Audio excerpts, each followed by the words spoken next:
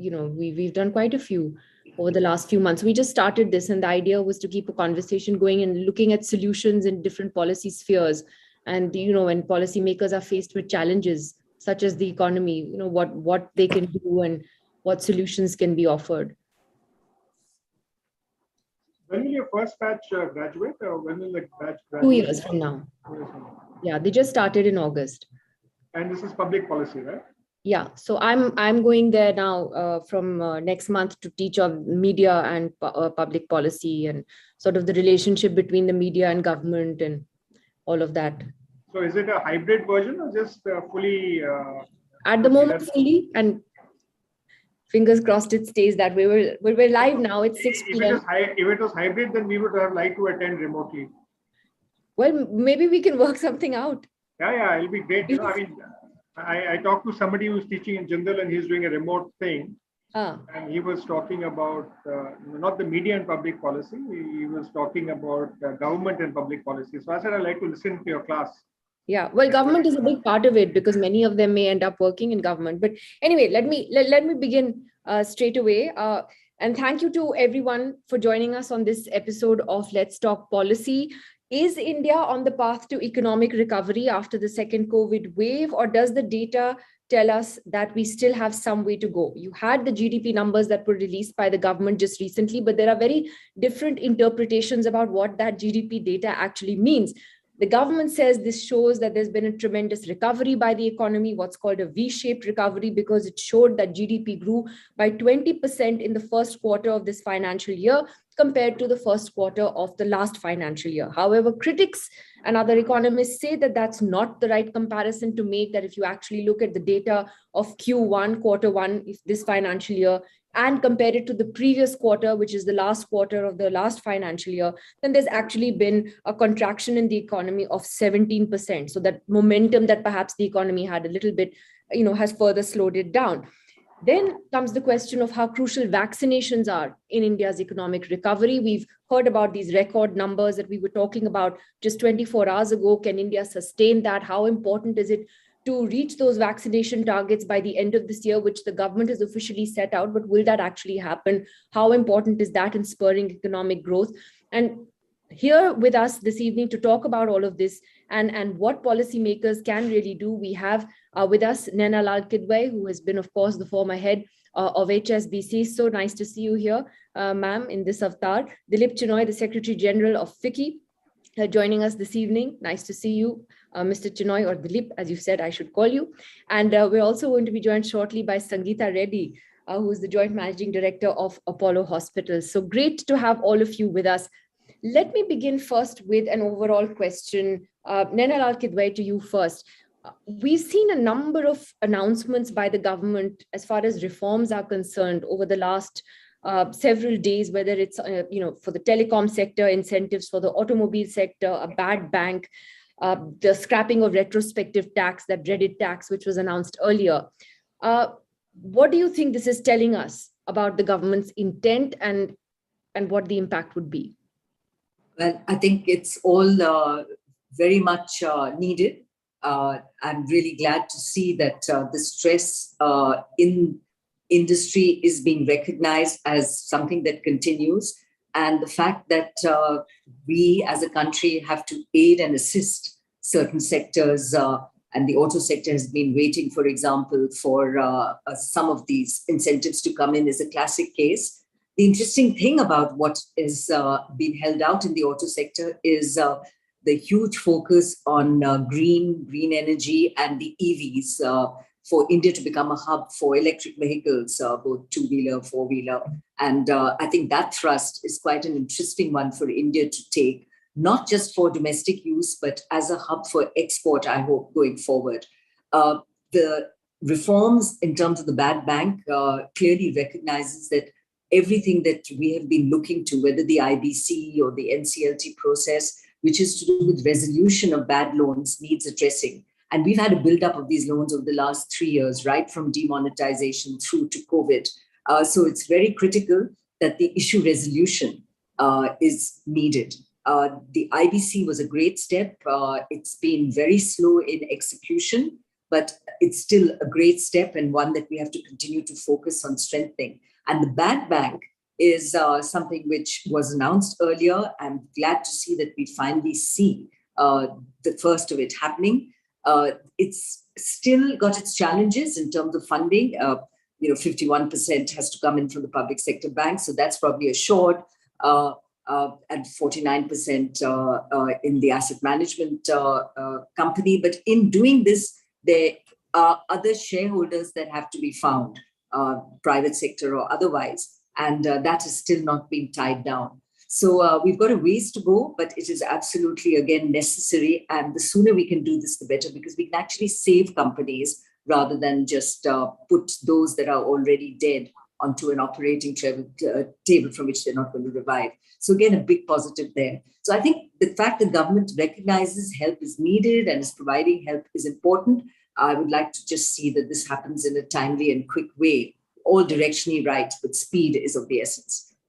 All right. Well, speed of the essence, but some would say, Dilip Chinoy, that it's a bit surprising that it's taken so many years to come to this point where you have a series of important reform announcements coming. Maybe the expectation was that with this government, it would come much sooner. And certainly when they won with a bigger majority the second time round. But nevertheless, better late than never, I suppose.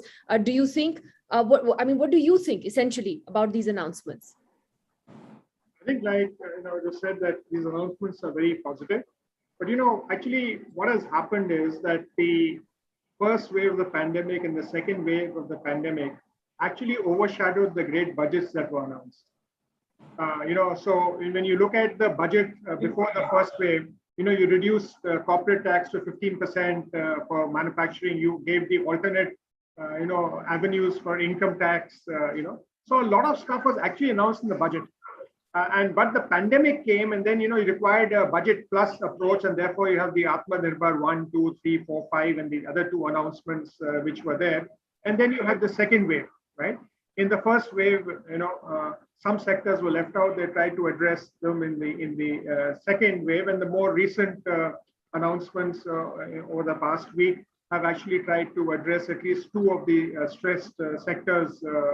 If you look at the bad bank and the telecom sector, which actually happened, they could have done more for the telecom sector, but unfortunately, they were bound by the Supreme Court judgment and the observations there. So I think it's a continuous process, and it's not necessarily that in all the Atmanirbhar packages earlier that they only gave relief. They also, talked about the privatization. They talked about the coal mine auctions. They talked about the liberalization of space. They actually announced a whole lot of other reform measures over the past year. So it's been a continuous, process going forward. Maybe, the COVID just fast-tracked some of them, but I don't think it's the end of the road yet. You saw the GST Council meeting recently, and then, you have other things. So you'll hear more on reforms as we go forward. Well, happy to have Sangeeta Reddy join us on the panel. Thank you so much, Sangeeta Reddy, for being with us. And as I said in the introduction, the key to perhaps, how well India recovers economically is the vaccination drive. Now, we, of course, heard about, the big 2 crore milestone on the Prime Minister's birthday yesterday. But the question is that something, firstly, that you think India can sustain? And we do need those kind of numbers in order to be able to fully vaccinate all adults by the end of, or to vaccinate all adults by the end of this year, which is what the government's intent was. So hello, Nidhi, and very good to be here and to see all of you. And I think we're discussing something which is, of course, of significant importance. Over the last 2 years, the concept of lives and livelihoods has really become intertwined, and vaccination is one big step towards that entire scenario. I want to begin by saying that clearly the progress made on the vaccination front is encouraging. Our daily average has increased to about 78.10 lakhs per day in September from what was 2.35 lakhs in January. So, just look at that steep curve. And then the ability of India to do 2 crores in a day is not just a milestone, but I think a showcase of capability. And you asked the absolutely right question of how do we continue, how do we sustain? I think that a continued push, the availability of the vaccine, continued communication, And the beauty of the fact is that while at this current number, we've completed about 58% of the population, of the adult population, we now have a vaccine which can cover children up to 12 years, so from 12 to 18. So that's a great breakthrough, and that needs to accelerate. But also, if we're able to do the 2 crores a day, can you imagine that in about 50 to 60 days, we can cover the entire adult population? So I think it's an exciting goal and a target. It's important for us to pursue it. And I believe that this showcase of 2 crores is an inspirational goal and an ability for us. But I think we will settle around 10 to 12 lakhs per day. And even then, in about 120 days, we'll be able to finish this entire, the adult population, and parallelly go on. Then again, it'll become time by January, we're going to be into the next round. So this is a continuous process. So while we're talking about the importance of protection, I want to continue to highlight, testing, isolation, keeping up all the COVID care protocols in conjunction with opening up the economy, so that we showcase that we can do this smartly. So, I mean, you're absolutely right. And the 2 crore mark, I think, was something that made big headlines. And I must point out here, though, that was also partly because you had some big states that ended up having very lower vaccination rates over the last few days. And essentially, those vaccines to mark the Prime Minister's birthday were used yesterday in very large numbers. So I think the lesson here is that, it's important for India to look at vaccination in particular as beyond an event around one day, and to be able to sustain it in a more realistic way over a long period of time. That brings the one thing is also to ensure this equitable distribution. Absolutely. Because I'm really happy about the fact that lots of the villages and the district headquarters, all those places are also getting vaccines. Absolutely. So let me come then to the GDP data and just looking at where the economy stands at the moment. Naina Lal Kidwai, how do you look at the GDP numbers? 20% growth. Government says fantastic, wonderful, V-shaped recovery.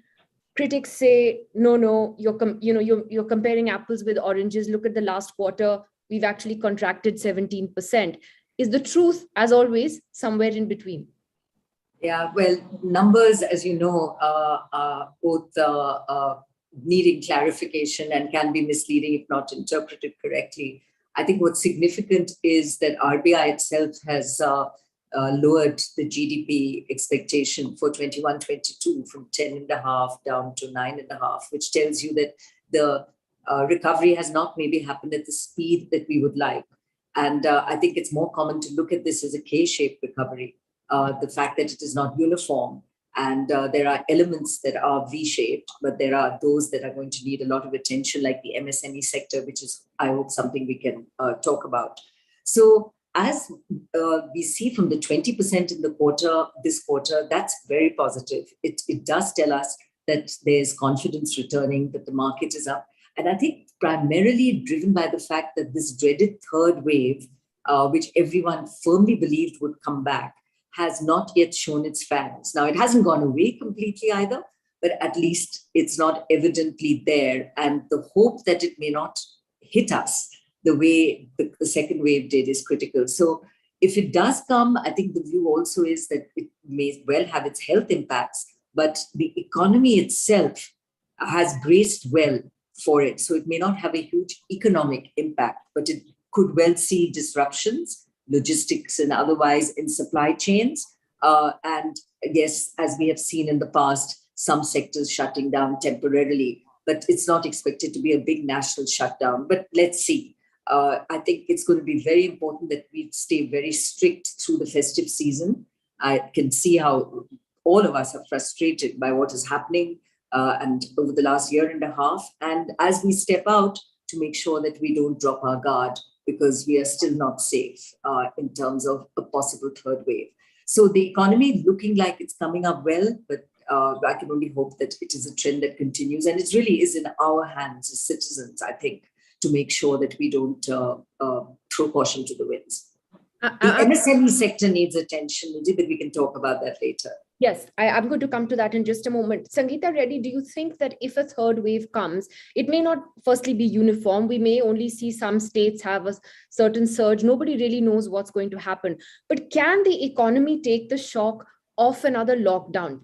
I'm not even talking about a national lockdown, but even if it is certain sectors in certain states, for instance, we did see in Delhi during the dreaded second wave, everything had to be shut down for a prolonged period of time. So can we take that shock any longer?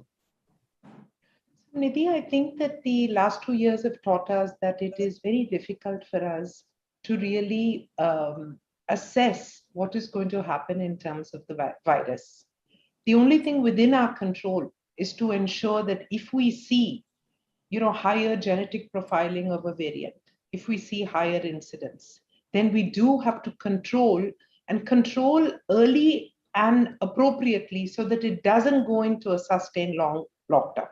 That is point number one. The second thing, which I think is important from an overall economy perspective, and we were recently talking to the RBI governor, he had this overall meeting with the different, there was FICCI, CII, and multiple other of the associations. And I think one thing we need to say is that while we're seeing positive signs, we are not yet over the stress to the economy. So all the measures which have been appropriately taken over the last 18 months need to be continued. We must ensure liquidity. The multiple steps which have been taken over, whether it was the ECLGS scheme, other supports to sectors, liquidity, some of the other things, including liberalization of the FDI regime, and of course, the recent one about the retrospective taxation, all these things, we have to continue the positive signals, ensure that the economy, the mood and the sentiment stays positive, ensure liquidity, keep a watch on the rupee because the large FDI inflows is another one. So ensure that export stays in balance.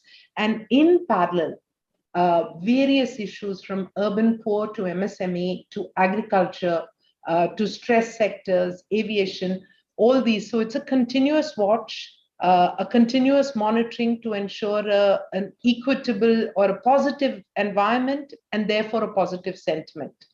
I'll wrap this kind of thought process with one last point is that in the recent survey, while we found business sentiment had really come up by 71%, this was FICCI's business confidence survey, we also saw a very important thing, which is the utilization rate of manufacturing infrastructure, which was at 78% for the Q1 2019-20, but had come down to 72% in the last quarter.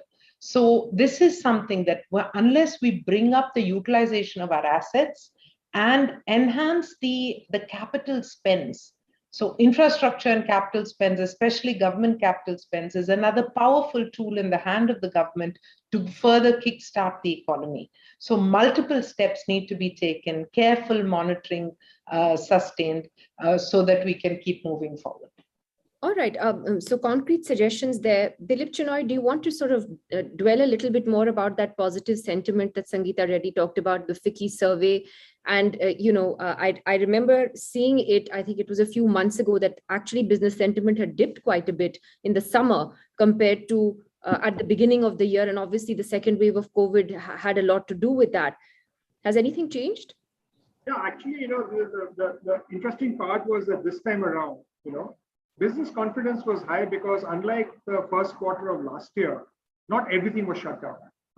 So you had a lot of, companies operating around different, parts of the country. Yeah, you did mention that Delhi, something was shut down. So retail was actually shut down. So, you found a kind of, demand slowdown. But I think in terms of manufacturing, most companies had learned in the second wave and taking the learnings from the first wave, whether it is contactless delivery, contactless payment, having the supply chains actually, alternate supply chains, looking at COVID affected areas. So a lot of activity had happened. And as it was, Nana mentioned earlier, the K-shape was that because some of the companies who could not digitize, who could not look at alternate supply chains, who did not have access to finance or were out of the banking system and had other challenges, they did not recover fast enough. So I think the confidence stemmed from fundamentally one, the ability of firms to actually address the challenges posed by the wave two and possibly a third wave. And second, the understanding that even if another wave comes about, not everything will be shut. Government will find ways how to keep the economy actually moving. And the third thing was really that exports were doing well. Of course, in the recent past, we've had some other challenges in exports, but I think we'll talk about that later. So the confidence was high fundamentally on these points. And the manufacturing also, if you look at the manufacturing survey, while capacity utilization was lower than 1920 of that time, but the optimism about further capacity utilization in the next 6 months was higher than the survey that we did in 1920. So they expect the going forward the capacity utilization in some manufacturing sectors. Yes, paper products, toys, and some other sectors which are facing supply side constraints are being impacted differently. Well, let's talk specifically about the MSME sector. Nainalal Kidwai, what is the way to help this sector bounce back? So obviously help has to be extended in many directions. I think one, picking up from where Sangeeta sort of touched on, is weak demand. And weak demand impacts all, big and small. And today it remains a factor, which can only happen if we can pump more money and jobs into the system so that people are out there consuming. And it also impacts this whole area of capacity utilization, whether MSME or large, in that a 72% capacity utilization, as the FICCI survey indicated today, is still rather low. It's below pre-pandemic levels, which were already hurting from demonetization. So until we can see investment coming back into the system, I think we have to recognize that companies are still frail. So MSME specifically, I was actually quite disturbed to see a TransUnion report, which said that given the whole COVID environment in the post-COVID period now, between January to March 21, nearly 80% of the MSMEs have missed at least one or more payments due. Yes. And this is up from 55% 1 year back during pre-COVID times. So, we already had an MSME sector that was hurting. And now that is evident in terms of these missed payments, which is not good news. So looking at this pain, which is still sort of playing out through the system, it's going to be important that we look at the way NPAs are indeed determined.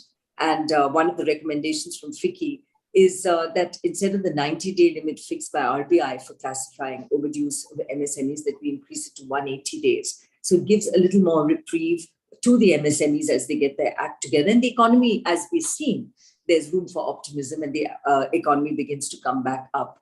There are other ways. I mean, there's a personal guarantee requirement, which is very hard for MSMEs to meet in the current scenario. So looking at reducing that, and a reduction in cash margins would also help, where currently the RBI asks for a cash margin at 25%. So could we give them some reprieve on this? And what this really does is puts liquidity back into the hands of the MSME, even as they look to come back into an economy which is showing the right signals in terms of optimism and growth. See, now, when we talk about sentiment, optimism, etc., Dilip, if I could ask you this first, what happens then when, sections of the government or those associated with the government, point fingers at leading companies, leading corporates and say, question their nationalism? And I'm not asking this as a political question. It's a genuine question. There was a lot of disquiet about Union Minister Piyush Goyal's comments about the Tata Group first at the CII event. And then, the RSS publication, which, said certain things about Infosys. I didn't really see industry speak up on that in a united voice, but if I could ask you your thoughts on how that affects sentiment within the corporate world. I think let's separate the politics from the business. Not political. Yeah. I say, I think, it's very easy to take the article which appeared in the, I think the RSS themselves distance themselves from the from the from the article and said it did not reflect their views and all that. There is a view that I mean, I think there is, as far as the media goes, everybody espouses the need for free speech, right? So I think everybody has got the right to express whatever view they have, and if you have a counter view, you express it yourself, and come out with it. I think there's no point in getting into a debate and discussing this, because it takes the discussion and sort of detracts from what the thing that both industry and government are doing is to look at growth. So I think that there's no point. I mean, you have just to take the TV channels where there are debates, and the TV channels where there's discussion, and the TV channels where there are different decibels of discussion, right? So I think best is to this is a very nice, sane discussion. You're discussing issues and points and all, and that's the way to actually address it.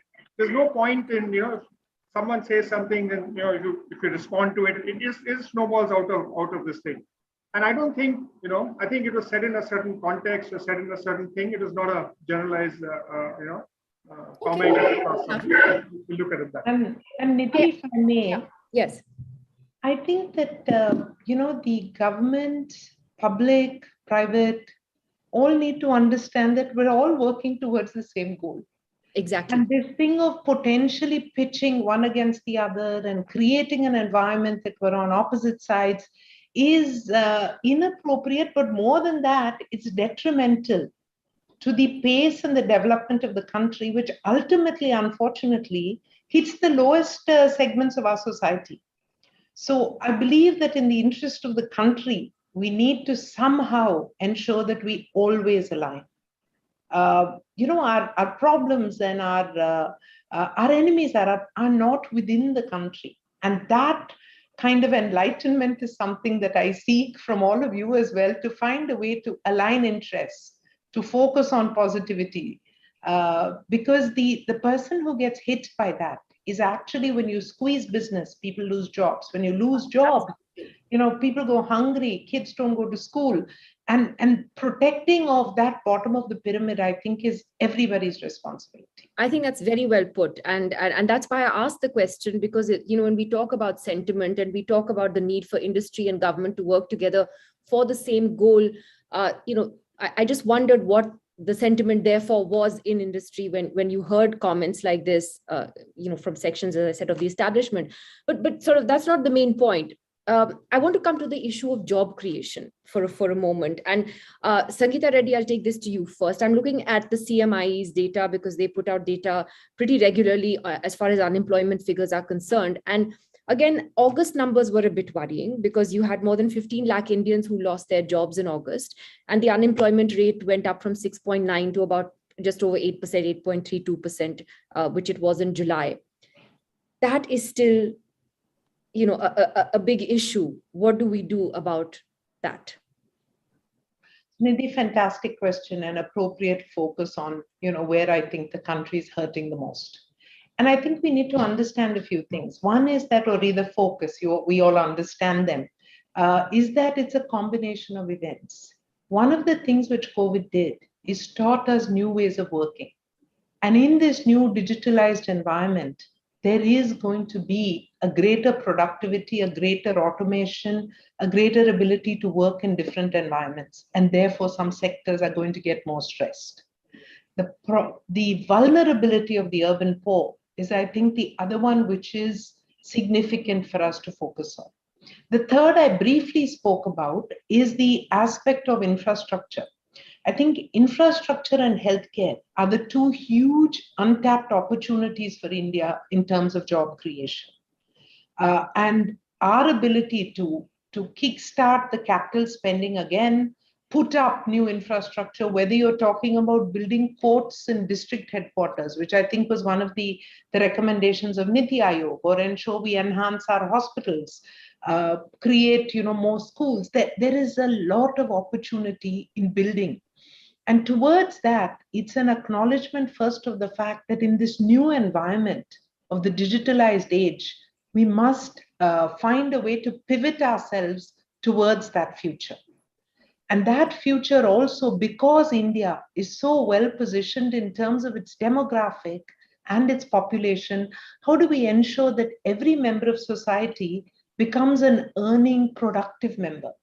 And we minimize our dependence on SOPs and doles and handouts and expand our capability through investment into manufacturing, infrastructure, education, healthcare, social sectors in the immediate term, and in the medium to long term, deeper IT, a lot more in science and technology, which is going to be where the future is, and the ability to use this technology for global services. So there are many ideas, and a lot of this is being discussed right now. I think like Peter Diamante said, we need to put an abundance mindset into the planning and build the infrastructure towards a positive orientation of the entire economy. Nidhi, Yes. if I could come in here to just pick up on a very important, very important points that Sangeeta has made, but one that I work in, which is social infrastructure. And there are tremendous opportunity for job creation there because we have substandard social infrastructure. And looking at the areas of sanitation, water, which I work in, the opportunities to employ people gainfully through well-spent government monies, let alone CSR monies and corporate monies, are huge. What we have to do is create an enabling environment where municipalities reach out to those that can provide this much missed infrastructure, that the government and state government becomes a partner for small and big industry, which then steps in to fill the gaps. And there are huge gaps in terms of how we treat our waste, how we deal with solid and liquid waste, how we manage water resources and get it to every household. And there are millions of jobs that can be created from doing this and doing this well. There is a second area, and that again alluded to by Sangeeta, which is, of course, the skilling that happens. Because with every change, there has to be just transitions of jobs. People who get thrown out of work that need to be reskilled and be allowed and enabled to re-enter the workspace. A classic is, for example, coal, where the world is now looking at coal as a big bad boy. And, we are going to have issues in terms of coal mining. But we need the coal as a country. We also need to improve the way we mine that coal. And in doing so, the skilling that must come to ensure that people are not put out of jobs in some of our poorest communities is critical. So we have to plan for it today so we aren't hit by the bus tomorrow, because the writing is on the wall. And how we do this to ensure that money flows into the sector, because if we don't, what happens is that every company, and as you can see, in India, we are quite dependent on foreign capital, whether it's private equity money or the Indian capital markets or in large investors that are bringing in money, not just multinationals, but financial money, is looking to compliance in the supply chain. And the world of ESG is right up there. And in order to comply, we are going to have to look at different ways of doing things, and in some cases, just rejig whole sectors. That is the job opportunity too that we can provide, provided we get it right now in terms of skilling and directing people into the jobs of tomorrow rather than the jobs of yesterday. So we have to now stop paddling furiously where we are and really take the big dives forward and do that carefully, do it thoughtfully. And I think no better time than now, when we have whole sectors that are relooking at their very raison d'etre, their reason to exist.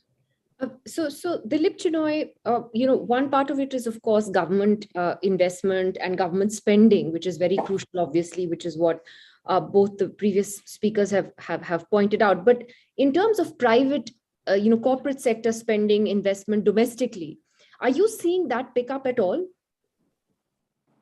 I think maybe there are two aspects to it. There is a lot of private sector investment happening in many, many sectors, right? Unfortunately, that's not being talked about, and because it's just happening quietly.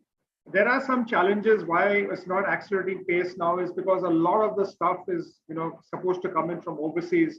Technicians are supposed to come in from overseas. So there's a lot of challenges there. So the cost of there's a cost escalation happening, but there are a lot of plants, a lot of plants which are where investment is there, work is carrying on, etc. The second thing is even in the pandemic, if you look at the PLI scheme for mobiles, right? It got investment, it got employment, and we've actually turned the tables on the numbers of import and exports, right? We have had 14 other sectors of product-led incentives actually talked about now, and that's also going to show. For example, in the air conditioning 52 expressions of interest have come in. In the pharmaceutical, we've reduced $100 billion worth of import dependence on China for APIs. So there is actually expansion of capacity and jobs being created. But if you look at the overall numbers, right, they give you a different kind of a sense of that, because also a lot of people left manufacturing areas and went back, and they were fearful of the wave expanding, and they're not yet there. A lot of people have actually stayed at home and not got back to work.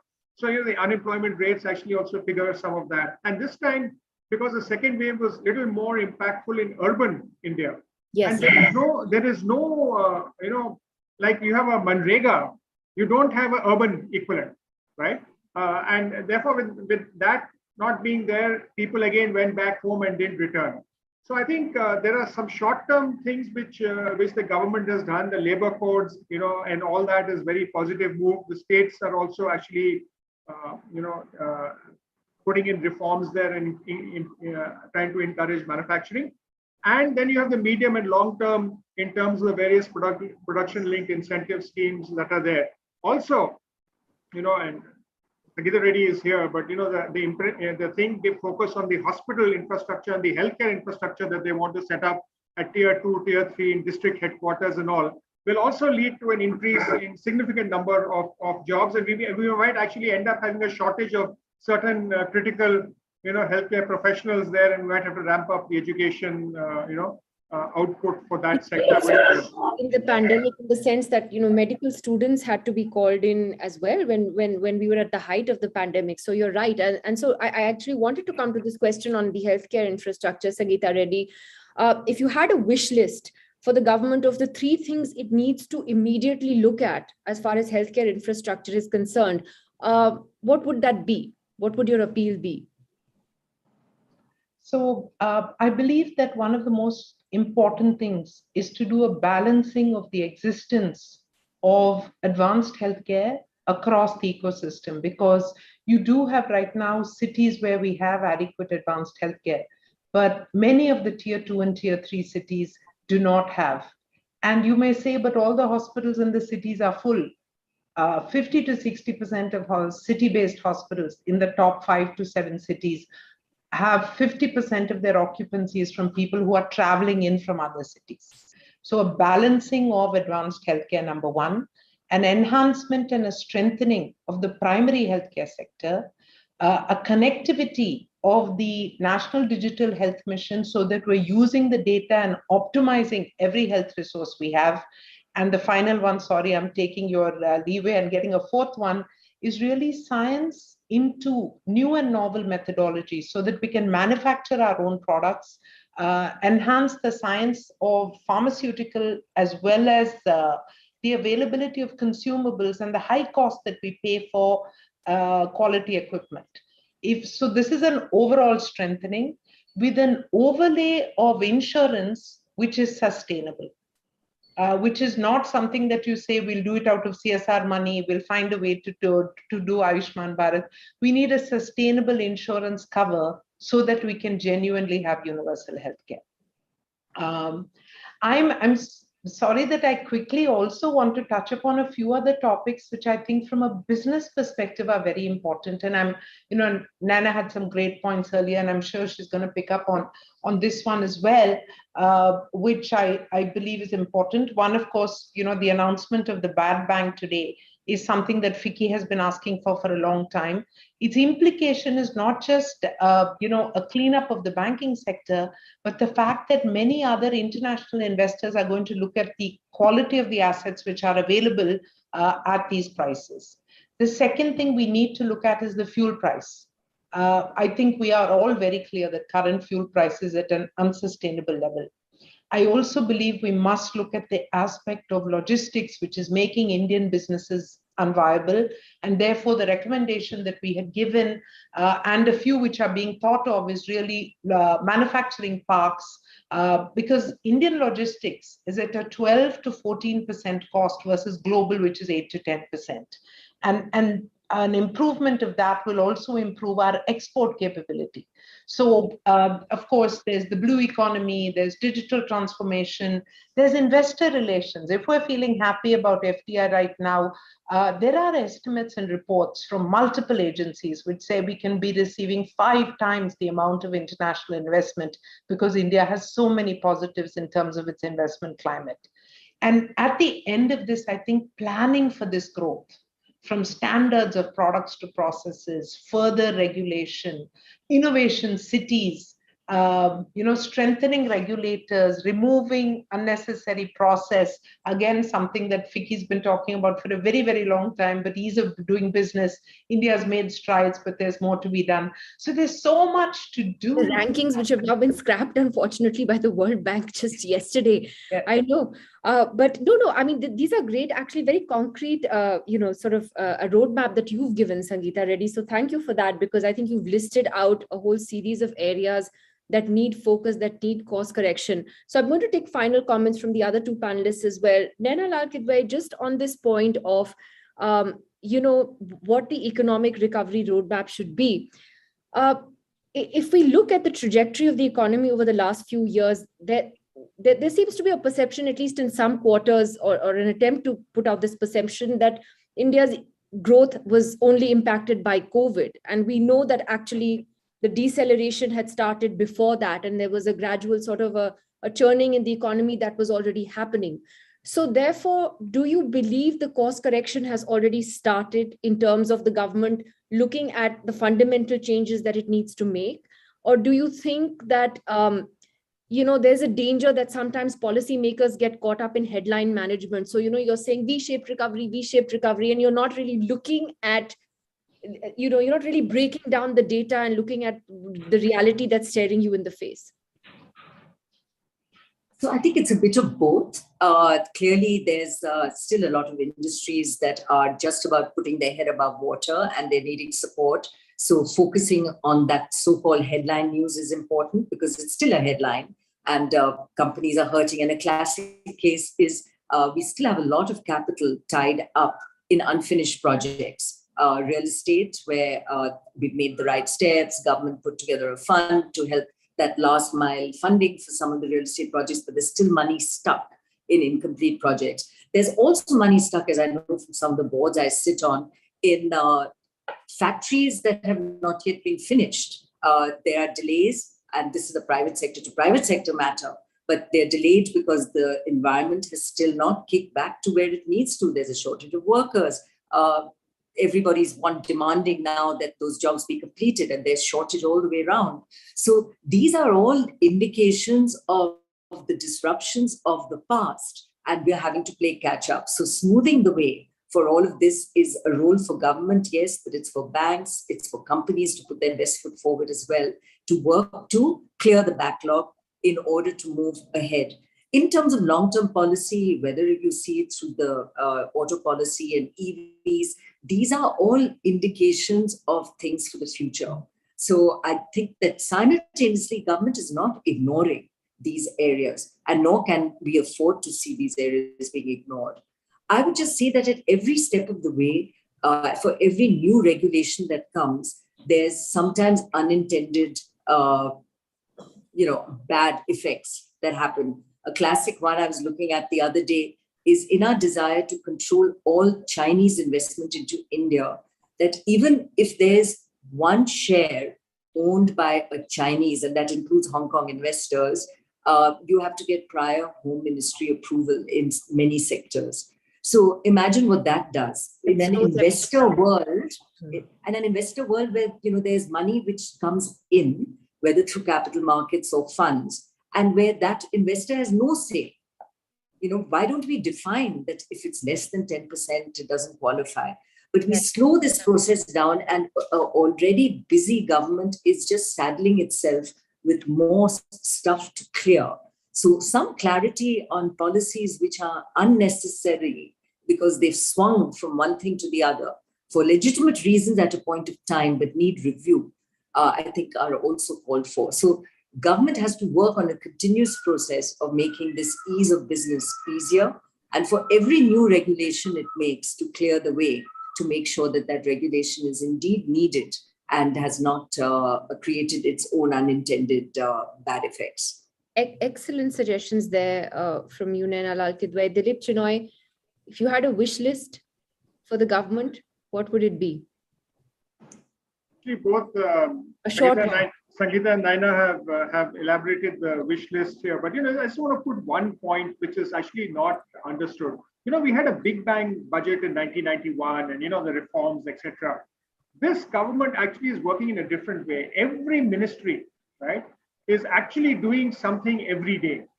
And, small things are happening. Very few people know every Tuesday there is a meeting on ease of doing business in one particular sector, right? Or, the finance minister has gone down around the country and quietly had meetings with the small groups of businessmen taking direct feedback, and saying what could be done. Some of it was reflected in the GST Council meeting yesterday, right? So each ministry, the MSME minister is going around and interacting with everybody and trying to address things. So this actually is, you're operating on multiple fronts, and you're seeing one PLI scheme every week. You had the air conditioners, you had drones, now you have the automotive, and automotive is not only EV. People have missed the hydrogen part of it. So it's a different part going forward, and then you have the draft electricity amendment bill pending, and you have all of this going. So I think earlier people, when they were investing in India, came and said labor laws need to be changed. You have high taxation, and it's very difficult to do business. These top three headlines have actually been addressed to a great extent. We have the labor codes. We are lower than many corporate, lower in corporate tax in many other countries. We have a simplified system going, and now we are shifting to the next thing, and a lot of it needs to be done at the state level. So the state level work, has to mirror that. And this government in the last budget and the previous budget, and even in the Atmanirbhar packages, actually announced schemes where if the states carried out reforms, there was this discussion about unsold inventory. Maharashtra doesn't have any unsold inventory to that level because the state government reduced the stamp duty, reduced registration charges, and just flipped the whole thing on its head and recovered the revenue through volume, right? So I think a lot can be done, center and state, but I think it's a collaborative effort. We need to partner each other, and I think the government is listening in its own way, and industry is actually interacting with government to ensure that at least the economic activity continues and we continue to grow. There might be, and I'm taking a very calculated risk in this, we might exceed RBI expectations this year. All right. That's, I think, a good optimistic note to end on. I hope you're right. And thank you so much for your inputs, Dilip Chinoy, for all your inputs today, because we try to understand how policymakers can best deal with situations like this. The pandemic obviously was a curveball that threw everyone off all around the world, but we had fundamental problems with the economy that preceded that. So hopefully, we are on our way to coming out of that, and I hope those in power are listening to those suggestions that you're making. Thank you very much for being with us at the Kautilya School of Public Policy. Really appreciate it. Thank you. Thank you, Nidhi. Thank you, Nidhi. Pleasure being here. And Nidhi, whether it's offline or online, I do want to add that September 18th is Equal Pay Day, and the gender pay gap is another area that could truly help the economy. So if you want to take that one up, I would love it, especially seeing the beautiful positive gender bias on this panel of yours. Yeah, I'm literally the odd man out. And so Sangeeta, all of us underpaid given the statistics, right? Absolutely. Great note to end on. Thank you so much, everybody. Thank you. Bye. Seeing you. Bye. All the best. Thank you, Naina. Nice to see you. Bye. Bye. Bye, Sangeeta. Bye, Dilip. Bye. Yeah, Manish.